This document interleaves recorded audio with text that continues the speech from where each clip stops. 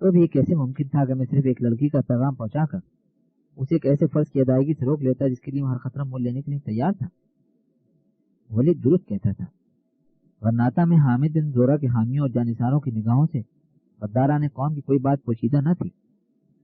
ان کے انتظامات اس قدر مکمل تھے کہ اگر میں عاتقہ کا پیغام پہنچانے میں کامیاب ہو جاتا تو بھی وہ کسی مزید احتیاط کی ضرورت محسوس نہ کرتے۔ میں اس سے زیادہ اور کر بھی کیا کر سکتا تھا؟ شاید اس میں کوئی بہتری ہو تو انہوں نے مجھے ایک مشتبہ آدمی سمجھ کے یہاں بند کر دیا ہے۔ پھر وہ تصور میں عاتقہ سے کہہ رہا تھا، نادان لڑکی، تو نے بلا وجہ مجھے پریشان کیا۔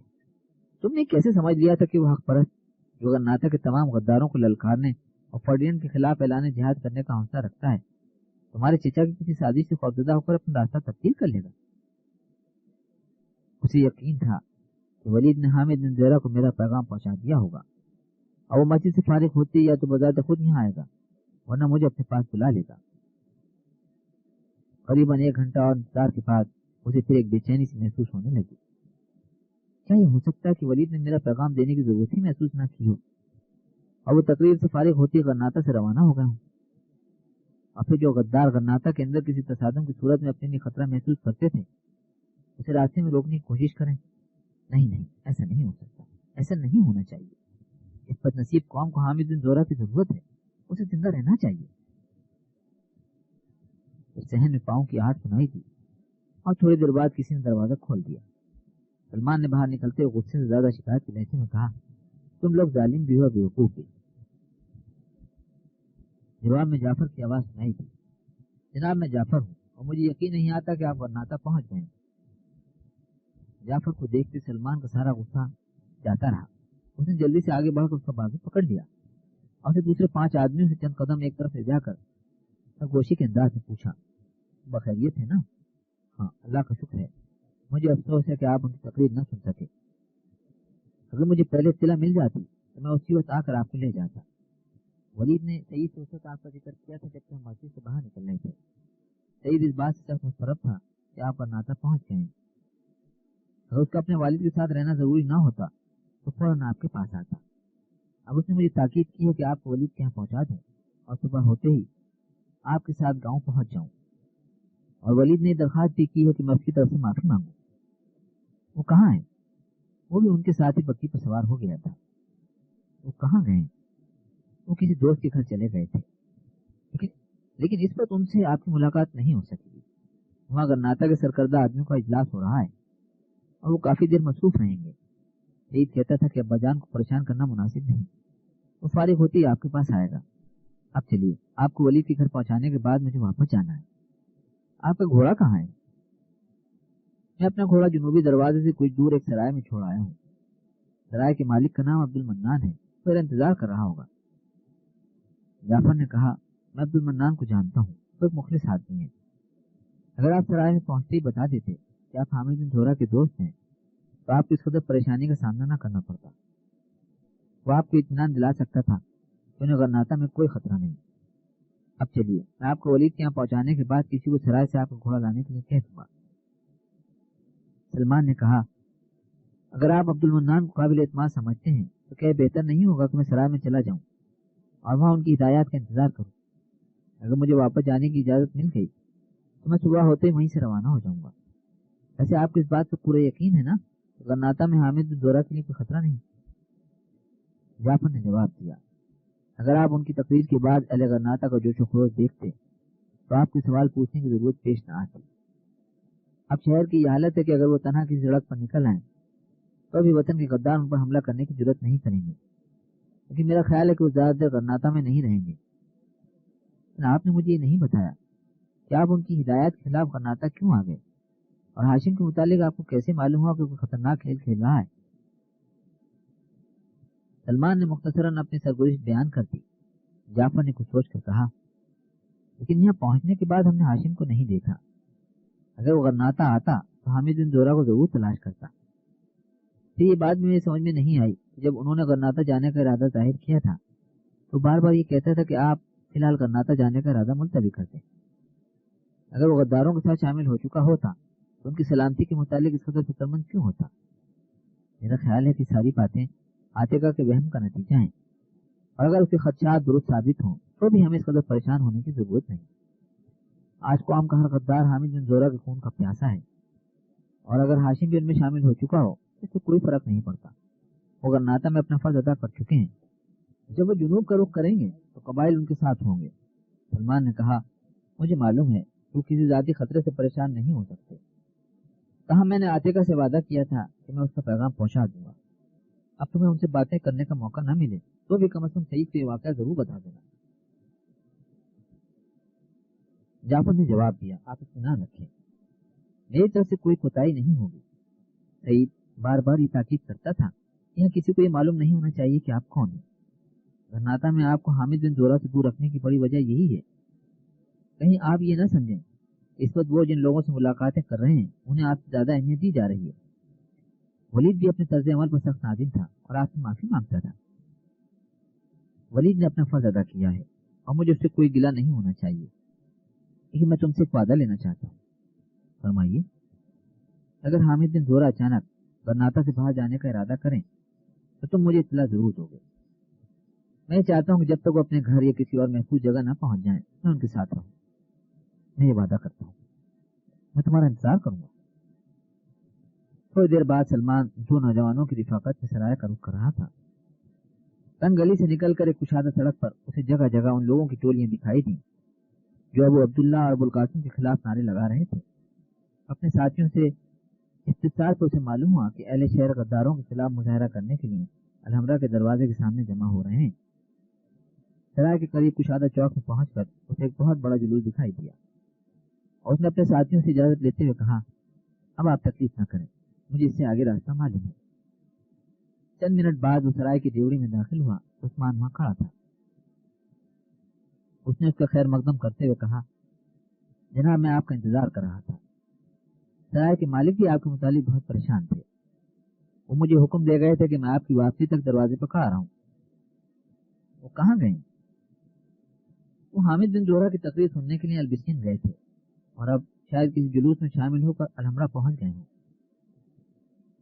لیکن وہ زیادہ دیر وہاں نہیں ٹھہریں گے. اگر مجھے معلوم ہوتا کہ آپ اتنی دیر سے آئیں گے تو میں بھی البسین ضرور جاتا. آپ تقریر سن کر آ رہے ہیں نا؟ نہیں، مجھے افسوس ہے کہ میں ان کی تقریر نہیں سن سکا. آئیے آپ رات یہیں رہیں گے نا؟ سلمان نے اس کے ساتھ چلتے ہوئے کہا ہو سکتا ہے کہ مجھے یہاں رات گزارنی پڑے، لیکن ابھی میں نے فیصلہ نہیں کیا. مجھے ایک ساتھی کا انتظار ہے، جب وہ آ جائے گا تو میں اس کے مشورے پر عمل کروں گا. وہ ڈیوڑی عبور کرنے کے بعد صحن میں داخل ہوئے اور عثمان نے ایک نوکر کو آواز دے کر کہا تم مہمان کے ہاتھ دھلا کر انہیں اوپر لے جاؤ، میں ان کے لیے کھانا لاتا ہوں. سلمان نے کہا کھانے کی ضرورت نہیں، صرف وضو کے لیے پانی لے آؤ. عثمان نے کہا جناب سرائے کے مالک آپ کے لیے اپنے گھر میں کھانا تیار کرنے کا حکم دے گئے تھے، آپ تھوڑا بہت ضرور کھا لیں ورنہ ان کی دل چکنی ہوگی اور گھر والوں کو بھی اس بات کا افسوس ہوگا. آپ وضو کر کے نماز پڑھ لیں، اس کے بعد کھانا لے آؤں گا. آئیے میں آپ کو غسل خانہ دکھا دوں. سلمان اس کے ساتھ چل دیا. بالائی منزل کا وہ کمرہ جس میں سلمان کو ٹھہرایا گیا تھا ڈیوڑی کے عین اوپر تھا اور اس کا ایک دریچہ باہر کی سڑک کی طرف کھلتا تھا. عثمان اس کے لیے خوبصورت قالین بچھا کر باہر نکل گیا. سلمان نماز کے لیے کھڑا ہوا تو اسے کچھ دیر سڑک کی طرف تھوڑے تھوڑے وقفے کے بعد گھوڑوں کی ٹاپ سنائی دیتی رہی. پھر تھوڑی دیر بعد جب وہ نماز سے فارغ ہوا سڑک کی طرف چند آدمیوں کی آوازیں سنائی دی. اس نے اٹھ کر دریچہ کھول دیا اور نیچے جھانکنے لگا. چند آدمی سڑک کے آر پار کھڑے آپس میں باتیں کر رہے تھے. ایک آدمی کہہ رہا تھا بھائی وہ غدار تھے، مجھے یقین ہے وہ شہر چھوڑ کر بھاگ رہے ہیں، دیکھو وہ سیدھے دروازے کا رخ کر رہے ہیں. دوسرے آدمی نے کہا بھائی غدار اب کئی دن اپنے گھروں سے باہر نکلنے کی جرات نہیں کریں گے، ممکن ہے کہ وہ حامد بن زورہ کے ساتھی ہوں، انہیں کسی مہم پر بھیجا گیا ہو. تیسرا بولا حامد بن زورہ کے ساتھی اتنے بزدل نہیں ہو سکتے کہ وہ غرناطہ کی سڑکوں پر بھی اپنے چہروں پر نقاب ڈالنے کی کوشش کریں. اب یہ کیسے ہو سکتا ہے کہ دروازے کے محافظ ان کے لیے رات کو دروازہ کھول دیں. چوتھے نے کہا آج حامد بن زورہ کے کسی ادنا غلام کے لیے بھی شہر کا دروازہ بند نہیں ہو سکتا. پہرے داروں کو یہ معلوم ہے کہ اب حالات بدل چکے ہیں. اگر وہ غدار ہوتے تو انہیں اس دروازے سے باہر جانے کے بجائے سنٹافے کا رخ کرنا چاہیے تھا، کیونکہ انہیں صرف فرڈینڈ ہی پناہ دے سکتا ہے. پھر ایک اور آواز سنائی تھی بھائی اب تم فضول وقت ضائع کر رہے ہو، چلو الحمرہ کی طرف چلیں، چلو. سلمان دریچہ بند کر کے کرسی پر بیٹھ گیا۔ عثمان دستک دے کر کمرے میں داخل ہوا۔ اس نے کھانے کا تشت اس کے سامنے چھوٹی سی میز پر رکھ دیا۔ سلمان نے پوچھا، عثمان تم نے سڑک پر چند سوار دیکھے تھے؟ ہاں، میں نے سرائے سے نکلتے ہی 3 ٹولیاں دیکھی تھیں۔ ان کی مجموعی تعداد 20 کے لگ بھگ تھی۔ وہ سب اپنے چہروں پر نقاب ڈالے ہوئے تھے۔ اگر رات نہ ہوتی تو میں ان میں سے کسی نہ کسی گھوڑے کو ضرور پہچان لیتا۔ میں نے آپ کی آمد سے کچھ دیر پہلے بھی 8-10 سواروں کو شہر کے دروازے کی طرف جاتے دیکھا تھا۔ کیا یہ ممکن ہے وہ کسی مہم پر گئے ہوں اور پہرے داروں نے ان کے لیے شہر کا دروازہ کھول دیا ہو؟ عثمان نے جواب دیا، یہ بات مجھ کو بھی کچھ عجیب سی لگتی ہے۔ رات کے وقت صرف ان لوگوں کے لیے دروازہ کھولا جاتا ہے جن کے پاس یا تو پولیس کا اجازت نامہ ہو یا پہرے داروں کے کسی افسر کے ساتھ ان کے ذاتی مراسم ہو۔ لیکن آج تو دن کے وقت بھی انہوں نے دروازہ بند کر دیا تھا۔ اگر راستے میں ہماری ملاقات نہ ہوتی اور آپ سرائے کے مالک کو میرے متعلق اطلاع نہ دیتے تو شاید مجھے اب تک وہاں ہی رکنا پڑتا۔ اس کا مطلب یہ ہے کہ اگر مجھے اچانک شہر سے باہر جانے کی ضرورت پیش آئے تو عبد المنان میری مدد کر سکتا ہے۔ ہاں، پہرے داروں کا سالار انہیں جانتا ہے اور آج ان کی بدولت میرے علاوہ کئی دوسرے لوگوں کو بھی شہر میں داخل ہونے کی اجازت مل گئی تھی۔ سلمان نے کہا، کیا تم یہ معلوم کر سکتے ہو کہ جو سوار ابھی یہاں سے گزرے تھے ان کے لیے شہر کا دروازہ کھولا گیا ہے یا نہیں؟ اگر حکومت کے آدمی تھے تو شاید پہرے دار تمہیں کچھ نہ بتائیں، لیکن ممکن ہے کہ آس پاس کسی نے انہیں دروازے سے نکلتے دیکھ لیا ہو۔ اگر یہ ضروری ہے تو میں ابھی معلوم کر کے آتا ہوں۔ تم میرا گھوڑا لے جا سکتے ہو۔ نہیں جناب، گھوڑے کی ضرورت نہیں، میں بھی آتا ہوں۔ عثمان بھاگتا ہوا کمرے سے باہر نکل گیا اور سلمان نے کھانے کے چند نوالے حلق سے اتارنے کے بعد اٹھ کر کمرے میں ٹہلنا شروع کر دیا۔ تھوڑی دیر بعد اسے کہیں دور بادلوں کی گرج سنائی دے رہی تھی۔ عبد المنان کمرے میں داخل ہوا۔ اس نے کہا، خدا کا شکر ہے کہ آپ آ گئے۔ میں نے شام تک آپ کا انتظار کیا تھا، پھر میں نے سوچا کہ شاید آپ حامد بن زہرہ کی تقریر سن کر واپس آئیں۔ مجھے ان کی تقریر سننے کا موقع نہیں ملا، سلمان نے جواب دیا۔ عبد المنان نے ان کے سامنے بیٹھتے ہوئے کہا، یہ تقریر آپ کو ضرور سننی چاہیے تھی۔ مجھے ایسا محسوس ہوتا تھا میں ان کی زبان سے موسیٰ بن ابی غسان کی پکار سن رہا ہوں۔ انہوں نے ایک ڈوبتی ہوئی کشتی کے ملا کا آخری فرض ادا کر دیا ہے۔ کیا آپ کو یہ توقع ہے اس تقریر کے بعد اہل غرناطہ سمجھ جائیں گے؟ عبد المنان نے کچھ دیر سر جھکا کر سوچنے کے بعد جواب دیا، سر دست اس سوال کا جواب دینا بہت مشکل ہے۔ جہاں تک عوام کو جھنجھوڑنے اور مستقبل کے خطرات سے خبردار کرنے کا تعلق تھا وہ اپنا فرض پورا کر چکے ہیں۔ تاہم ان کی تقریر کے دوران میں مجھے بار بار یہ خیال آتا تھا کہ اگر ایک فرد ایک قوم کے گناہوں کا کفارہ ادا کر سکتا تو اہل غرناطہ کے سامنے موسیٰ بن ابی غسان کی تقریریں بے اثر ثابت نہ ہوتی۔ ہاں، کتنی پردرد آواز میں انہوں نے کہا تھا، ہمیں اپنی آزادی اور اپنی آئندہ نسلوں کی بقا سے کہیں زیادہ اپنی دولت، اپنی زمین اور اپنے مکانوں اور باغوں سے محبت ہے۔ آزادی کے بجھتے ہوئے چراغ اسی خون کے طلبگار ہیں جس کی فراوانی سے ہمارے اسلاف نے زمین کو صدیوں کی بہاریں عطا کی تھی۔ لیکن آج ہمارا خون آنسوں میں تبدیل ہو چکا ہے اور ہمارے سینوں میں زندگی کی آگ بجھ چکی ہے۔ اگر حامد بن زہرہ چند ہفتے پہلے یہاں پہنچ جاتے اور ہمیں اسلامی ممالک کی طرف سے خیانت کے متعلق کوئی حوصلہ افزا پیغام دے سکتے تو بھی اہل غرناطہ کے سینوں میں زندگی کے ولولے بیدار کر دینا ایک معجزہ ہوتا۔ لیکن اب تو شاید موہوم امیدوں کا سہارا لینے کا وقت بھی گزر چکا ہے۔ ہم دشمن کو اس بات کی اجازت دے چکے ہیں کہ وہ اپنا خنجر ہماری گردن پر رکھ دے۔ اب ہم اپنے آپ کو یہ فریب دے رہے ہیں کہ شاید ہماری شہرک بچ جائے، یا شہرک کٹ جانے کے بعد بھی ہم زندہ رہ سکیں۔ ہمارا اخلاقی حصار منہدم ہو چکا ہے، ہماری زندگی اور توانائی کے سارے چشمے زہر آلود ہو چکے ہیں۔ آپ یہ نہ سمجھ لیں کہ میں غرناطہ کے امن پسندوں کا طرفدار ہوں۔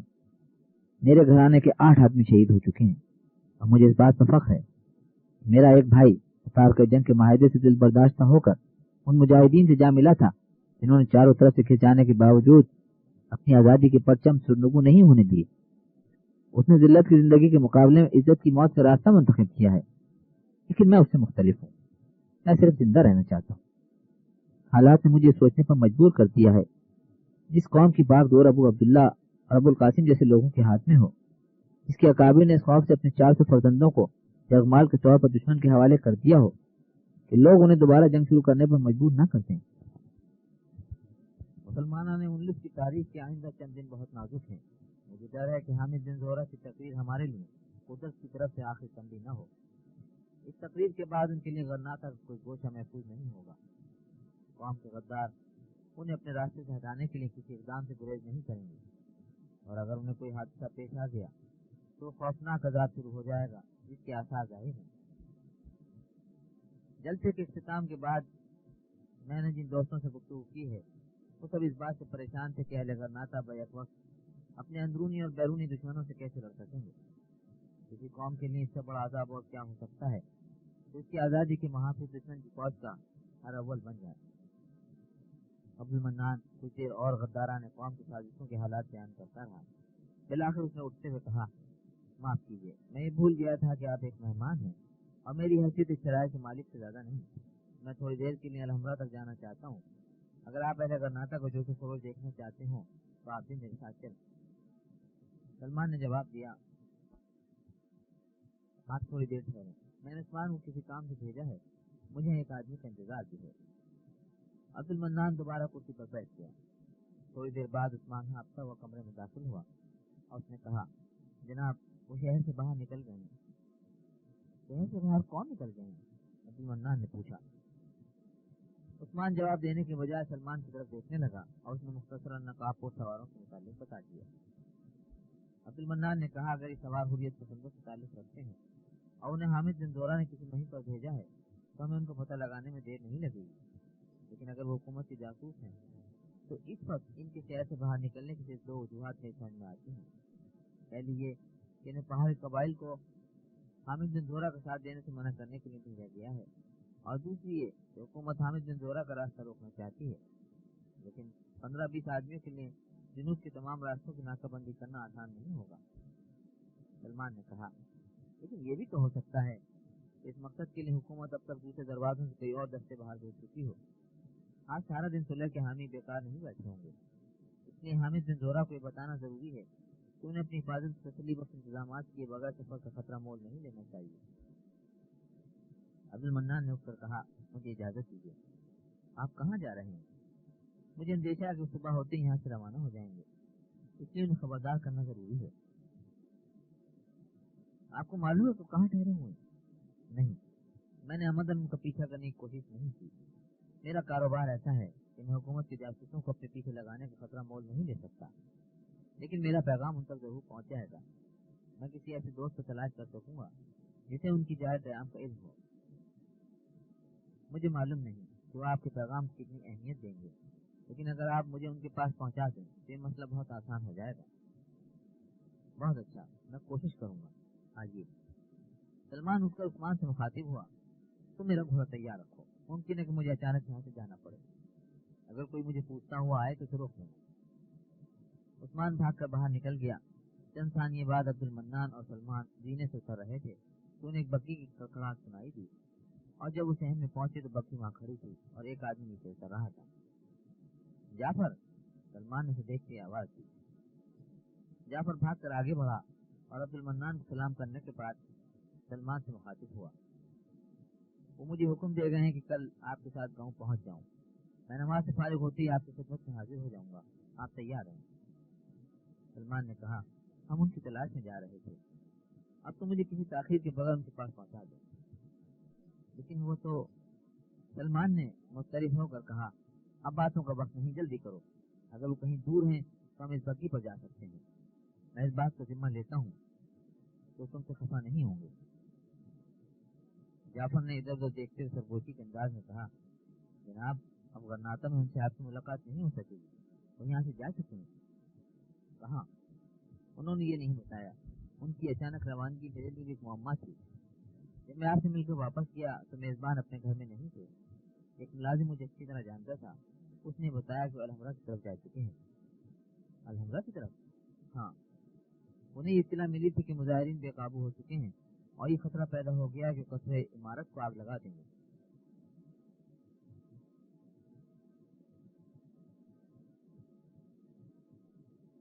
وہ مظاہرین کو سمجھانے گئے تھے اور جو لوگ ان سے ملاقات کے لیے آئے تھے وہ بھی ان کے ساتھ چلے گئے تھے، اور ان میں سے کوئی میرا گھوڑا بھی لے گیا ہے۔